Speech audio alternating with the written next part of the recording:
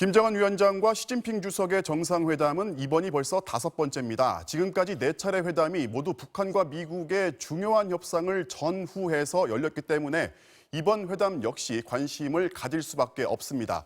통일외교팀 이정은 기자에게 몇 가지 질문 더 해보겠습니다. 이 기자. 네. 자, 북한과 중국 두 나라 모두 이번 회담에 기대가 크다는 게 벌써 여러 장면에서 읽히는 것 같아요. 네, 그렇습니다. 어제 발표를 딱 동시에 맞춰서 했잖아요. 네. 베이징 시각으로는 저녁 7시, 평양 시각으로 저녁 8시에 CCTV와 조선중앙TV가 동시에 보도했습니다. 어제 보도 화면부터 보시죠.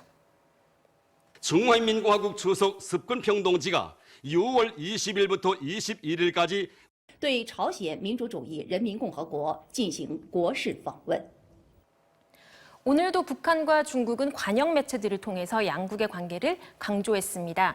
북한의 내각기관지 민주조선은 김일성 시대부터 맺어진 오래된 관계다라고 했고요. 중국의 인민일보는 주 북한 중국 대사의 기고글을 실었는데 먼 친척보다는 이웃사촌이 낫다 이런 속담을 인용해서 친분을 과시했습니다. 지금 북미 회담도 그렇고요. 남북 회담도 그렇고 사실 막혀 있는 상태잖아요. 우리가 지금 이제 북중 정상회담에 관심을 좀 크게 가질 수밖에 없는 게 이 회담이 어떻게든지 간에 지금 막혀 있는 두 회담에 긍정적인 영향을 줄 거다. 이런 기대 때문이거든요. 그렇습니다. 나쁜 신호는 아닌 것 같습니다. 하노이 회담이 결렬된 이후에 북한이 한 4달 동안 내부 단속만 하면서 조용히 있었다가 드디어 움직이기 시작했다는 그런 신호로 보이거든요. 네. 특히 북한은 그동안 중요한 이벤트를 앞두고 항상 중국과 정상회담을 해왔잖아요. 그렇죠. 한번 그래픽을 보실까요?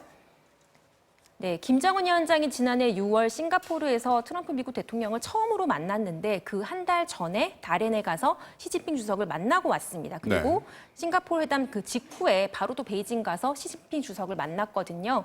또 이뿐만이 아닙니다. 지난 2월 하노이 정상회담 때에도 그 전에 먼저 베이징에 가서 시 주석을 만나고 왔었습니다. 자, 사실 북한이 미국하고 중대한 회담을 할 때는 어김없이 중국을 먼저 만났어요. 그렇다 보니까 자, 이번 회담 이후에 3차 북미 회담으로 이어질 수 있을지 당연히 궁금해지거든요. 네, 그렇습니다. 그럴 가능성이 꽤 높아 보입니다. 김정은 위원장이 최근 트럼프 대통령에게 친서를 보냈잖아요. 그렇죠. 슬슬 미국과 다시 대화하기 위해서 시동을 거는 분위기입니다. 다만 김정은 위원장으로서는 미국과 대화에 나서기 전에 내 뒤에 중국이 있다 이런 점을 트럼프 대통령에게 다시 한번 주지시키고 싶을 것 같고요. 또 이건 중국도 마찬가지입니다. 미국이 지금 북한과 협상을 잘하고 싶으면 중국 도움 받아야 할 거다 이런 점을 은근히 경고하는 것으로 보이거든요. 안 그래도 지금 미중 무역 전쟁이 한창인데 시진핑 주석과 트럼프 대통령이 바로 또 그 다음 주에 오사카에서 G20 정상회담에서 만나기로 돼 있습니다. 트럼프 대통령으로서는 북한과 중국이 가까워지는 게 여러 가지로 좀 신경이 쓰이는 그런 상황입니다. 네, 잘 들었습니다. 지금까지 이정은 기자였습니다.